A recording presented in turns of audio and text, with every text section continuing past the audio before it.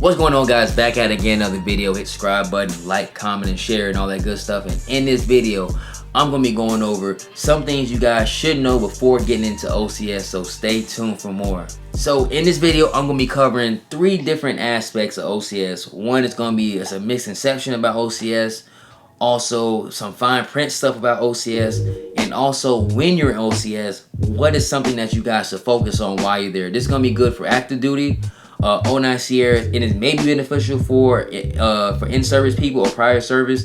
It just put down in the comments some things that I might not touch on, so you can help other people out as well too in the video. So let's get to it.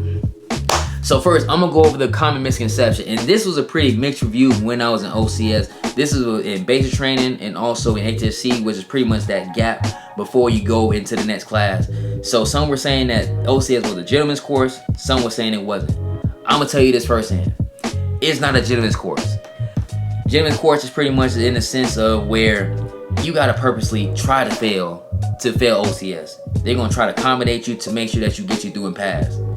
Now, I'm gonna say they're gonna kick you. If they want to kick you out, they're gonna kick you out. They're gonna find a way to recycle you if they really want to. But I would say it's not as bad as other schools. Like say you go to airborne school, you go to air assault, where if you just don't have your packing list together, you're out, you're dismissed. It's not that extreme, but if you're not doing what you need to do, they will kick you out with no hesitation. I'm gonna say that off the gate.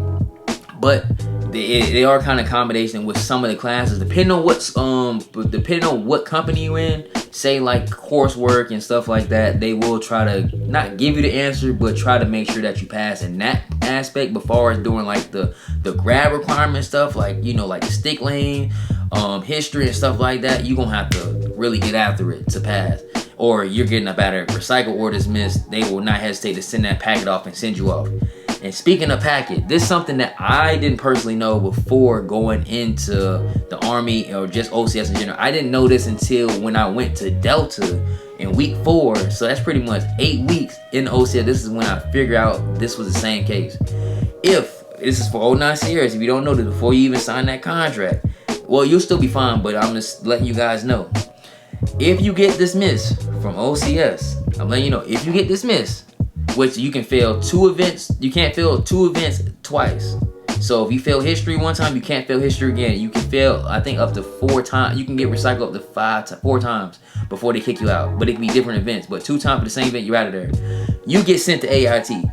So you'll become an enlisted soldier, not an officer anymore. You'll go right back to E4, and then you'll go to whatever AIT. Only way you can get out of that is unless you under your 180, which is your 6 months being in the Army, where you can just kind of exit out, which is the 180. I always say it all the time, under my 180. But if you over your 180, which was some people that were in the Army, I know like 3 people offhand that was over the 180.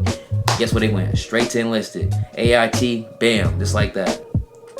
And one actually got dismissed literally 2 weeks before graduation. Had to go straight to AIT. Crazy. They'll let you pick whatever MOS you want based on what I heard. But it's serious. Like, I won't play no games about it. And speaking about playing in games, if you are active duty, this is pretty big for anybody that's going to active duty. A lot of stuff is very important in OCS, like like history, HCFT, and a lot of other assignments. But if you really want to take something super serious, the biggest thing I'm going to make sure that you take absolutely high priority is your stick lanes. Stick lanes will make or break your OML. And if you don't know from active duty standpoint at this time, you don't have a job.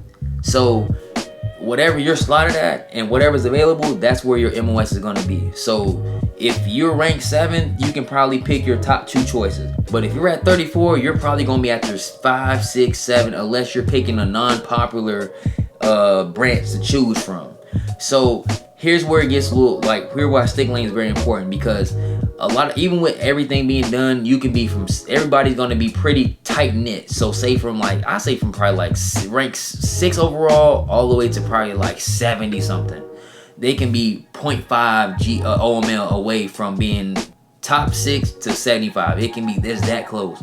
So if you bomb, or say you get like a 75 on the stick lanes and stuff like that, that can take you from a 6 on the OML all the way down to 34. Just like that.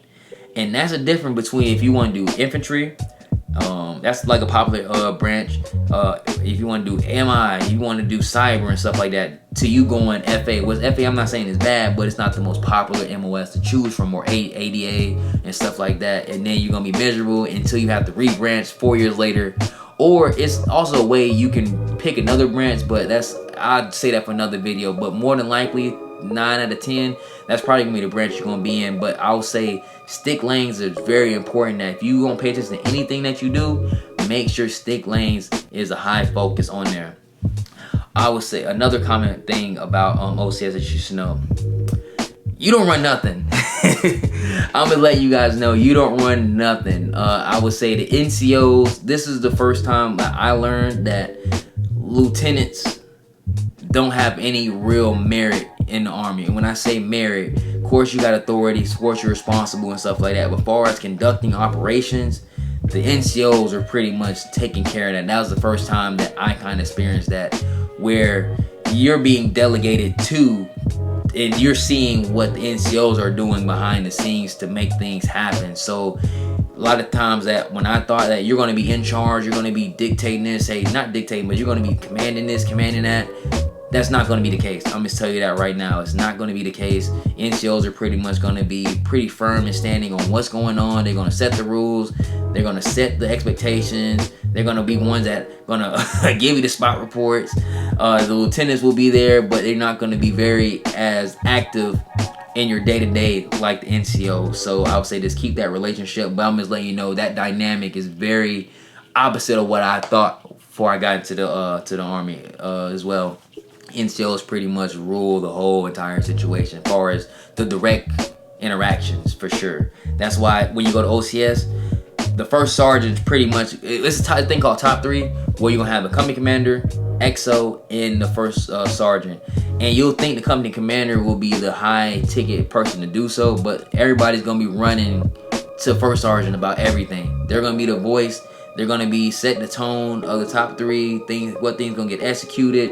The NCOs are gonna talk to the first sergeant, which is how it is mostly in the unit as well too. They're gonna talk to them. So the first sergeant is gonna be the expertise as far as running the operation, which is the irony of the situation of being OCS, where it's an officer training, officer candidate school, but the biggest and most powerful person in the Army, in the OCS setting, is the first sergeant, which is kind of weird, but that's how it's going to be ran, just letting y'all guys know firsthand. So that's a couple things. I can make a part 2 of this if you guys want to. Just let me know in the comments. And also, people that are in service, if you guys see anything that I didn't mention, you can throw it in the comments as well too. So let me know what you guys think. Hope you guys enjoy OCS. Hit the subscribe button, and I'm out.